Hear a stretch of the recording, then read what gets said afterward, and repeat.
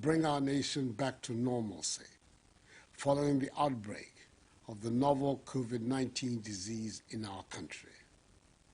Since that time, final year university students, SHS 3 and SHS 2 Go Track students have all returned to school.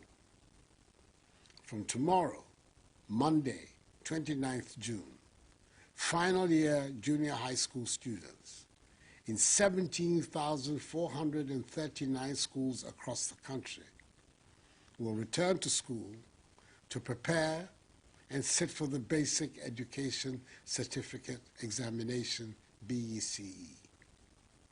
They will be the final and indeed the largest batch of students to return to school. In all, we're expecting some 750,000 persons, comprising 532,000 JHS 3 students and 218,000 teaching and non-teaching staff and invigilators to be involved in tomorrow's exercise.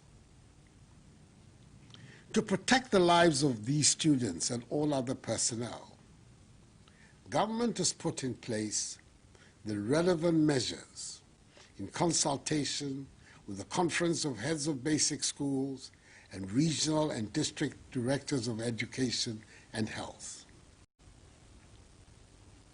Like senior high schools, universities, and other tertiary institutions, all junior high schools across the country have been fumigated and disinfected.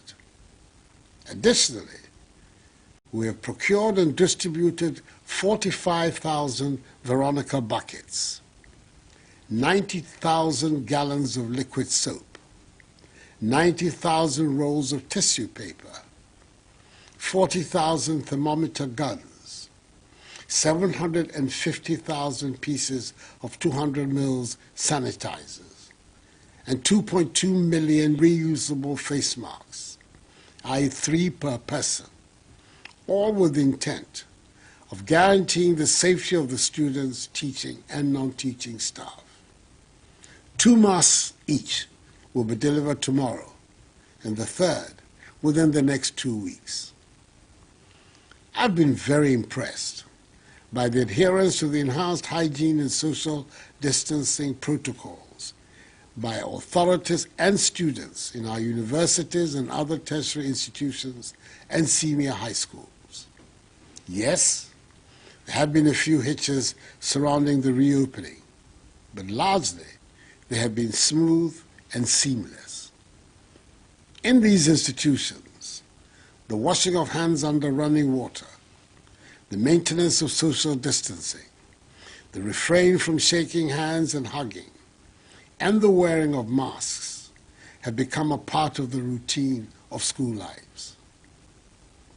We're determined to ensure the same level of conformity in our junior high schools.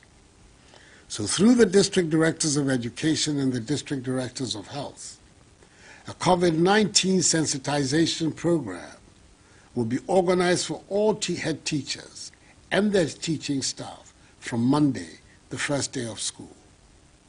This will ensure that the do's and don'ts of the protocols are clearly spelt out for the head teachers for onward transmission to the students. JHS 3 students will be in school for 11 weeks of preparation and revision before spending the following week to take the BECE. There will be no more than 30 students in a class, and there will be a reduced school day with students reporting to school at 9 a.m. and closing at 1 p.m. No breaks outside the classroom will be permitted. Assemblies and sporting events are banned, and the use by outsiders of school premises for religious and other activities will not be allowed. As is the case for the other educational institutions, each basic school has been mapped to a health facility, and care will be provided to the sick in these health facilities by nurses assigned to these schools. I assure all parents and guardians that government will not put the lives of 750,000 students, teachers, and non-teaching staff who will be returning to school from tomorrow at risk. We've made all the required provisions to protect them whilst in school. It bears, and the things we took for granted some 6 months ago are now under question. The definite and undeniable had been replaced with uncertainty. However, as with any other form of hardship, there are always lessons to be learned, as there are opportunities for growth. What we have witnessed recently is that despite us living in an interconnected and globalized world, each nation ultimately stands alone in its challenge to protect its people. Nonetheless, it is obvious that international cooperation, where feasible and practical, can serve to complement the resolution of national challenges. In Ghana, from the very onset, government has acted to limit and stop the importation of the virus, contain its spread, provide adequate care for the sick, limit the impact of the virus on social and economic life, and inspire the expansion of our domestic capability and deepen our self-reliance. As of Saturday, 27th June, our country has recorded 17,351 confirmed cases, with 12,994 recoveries, representing some 75% of positives. This means that currently we have 4,245 active cases, having conducted 294,867 tests, one of the highest on the continent. 30 persons are severely and critically ill, and we have a total of 112 sad deaths, constituting 0.6% of positives, as we maintain one of the lowest death rates in the world. Fellow Ghanaians, as I have stated before, one of the key objects of our fight against COVID-19 has been to save lives and reduce the number of deaths. The Ghana Health Service has observed that most of the patients that have been lost to the virus died either on arrival at the hospital or within 48 hours after arrival. Unfortunately, we still have some persons in the country who are not taking the dangers associated with this disease seriously, and therefore do not seek medical help as soon as they have symptoms that suggest an infection of the virus. There should be no fear of stigmatization or embarrassment with being diagnosed with COVID-19. So please, when you begin to experience symptoms such as fever, persistent cough, bodily pains, loss of taste and smell, and difficulty in breathing, seek immediate medical attention at the nearest health facility. Most patients who are critically ill and need intensive care do indeed survive the virus if they seek medical help promptly.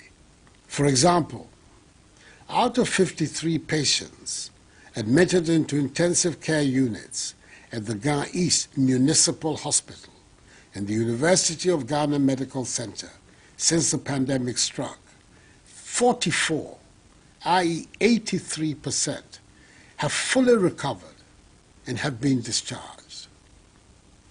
This is in part due to the immense dedication and hard work being exhibited by our health workers, who continue to care for those affected by the virus and for the sick in general.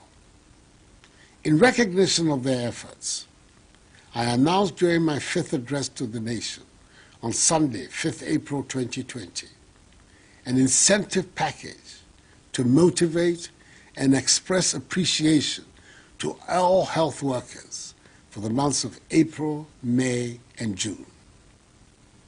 I'm happy to announce that I have decided to extend the incentive package for health workers by another 3 months. This means that all health workers will pay no income taxes for the next 3 months, i.e. July, August, and September. Again, all frontline health workers, as defined by the Ministry of Health, will continue to receive the additional allowance of 50% of their basic salary per month, i.e. for July, August, and September. I know the implementation of this directive for the months of April, May, and June has been fraught with some challenges, caused mainly by the protracted discussions over the definition of who qualifies as frontline health workers in this context. I have, however, been assured that they have now been resolved and payments will be effective from the end of June. I should reiterate that the insurance package for health workers is still in place. Whilst we appreciate the efforts of our health workers, I continue to urge them to remain professional and compassionate. Every avoidable death, be it corona-related or not, is a tragedy. Let us all be reminded in our daily routines that adhering to the enhanced social distancing and hygiene protocols will not only save our lives, but also prevent our healthcare infrastructure from being overburdened. Let us wash our hands with soap under running water. Use alcohol-based sanitizers. Maintain the protocols on social distancing. Avoid person-to-person contact. Eat our local foods that boost our immune systems. And yes, wear masks at all times when we leave our homes. These are the weapons of our battle. We must keep up our guard at all times and see to it that sooner rather than later, COVID-19 becomes nothing but a blip on our forward march to sustained development, progress, and prosperity. I've been very encouraged by how our religious leaders have supported and embraced the fight against COVID-19, despite their concerns with some elements of the prescribed safety protocols and guidelines. I will continue to engage with them and all other stakeholders in our efforts to defeat the virus. Enuanom, if you're Chineko, your most school for a ward JHS3, Bessan ku school biom, ako tro on soche a chapter. This is one Yanum penny for a ward SHS3 any university.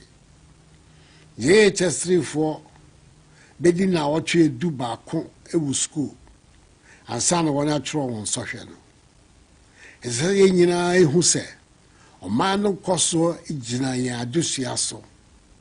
Inti and say didi who agro. My bino, I and she share a bebom with my friend yina and who buy. Inti awful. A mammo yamin shishimo. If the man gun and coso, a hiasam of friend yina, it be seen idea. And yamime. Keje wo JHS3 be by a school. Kona maye kaseni ke ha me exam. Tomo amenyemi me onupai ni yo SHS3 ke university. JHS3 be by a ochi nyoma ke ekume ye school. Daniel me baba na menma ame exam. Isane wo fe wonu ake Wamano ya dumo ni kasemono. Noe wo, esani wakesho. Otogbejiano, ni babu bekebie he. No following. Yakahanye muso ashanye. Ejake Ghana noya. Hiani bekebi fe akaseni. Fellow Ghanaians, as we cross the halfway point of 2020, arguably one of the most difficult years in recent memory, I continue to feel a sense of gratitude, determination, and faith. Gratitude towards you, the Ghanaian people, who have shown such extraordinary grace and selflessness throughout this difficult period. Determination in my work for all of you, bringing Ghana through this crisis and beyond, and making sure we come out of this stronger than ever before. And faith in the one true God who orders our every step. This too shall pass. For the battle is the Lord's, and with him by our side, we fear nothing but his judgment, and need nothing but his grace. May God bless us all in our homeland Ghana and make her great and strong. I thank you for